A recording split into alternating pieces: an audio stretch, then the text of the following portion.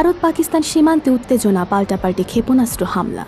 ভারত পাকিস্তান সীমান্তে আবারও উত্তেজনা চরমে। মধ্যরাতেই পাকিস্তান শাসিত কাশ্মীর সহ 9টি স্থানে ক্ষেপণাস্ত্র হামলা চালিয়েছে ভারত। ভারত সরকারের দাবি, এই অভিযানের লক্ষ্য ছিল সন্ত্রাসী স্থাপনা যেখান থেকে ভারতের মাটিতে হামলার পরিকল্পনা ছিল। এই অভিযানের নাম দেওয়া হয়েছে অপারেশন সিন্দুর। ভারত জানিয়েছে এই হামলায় পাকিস্তানের কোনো সামরিক ঘাঁটি টার্গেট করা হয়নি। এদিকে পাকিস্তানও চুপ করে থাকেনি। ভারত শাসিত কাশ্মীরের পুঞ্চ রাজৌরি সীমান্তে কামান থেকে গোলা নিক্ষেপ করেছে পাকিস্তান, দাবি করছে ভারতীয় সেনাবাহিনী।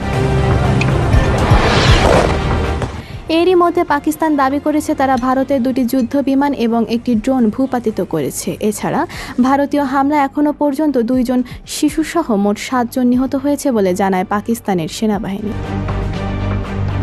গত 22শে এপ্রিল পহেলগামে পর্যটকদের ওপর ভয়াবহ হামলায় 26 জন নিহত হওয়ার পর থেকেই দুই দেশের মধ্যে উত্তেজনা ক্রমশ বেড়েই চলেছে।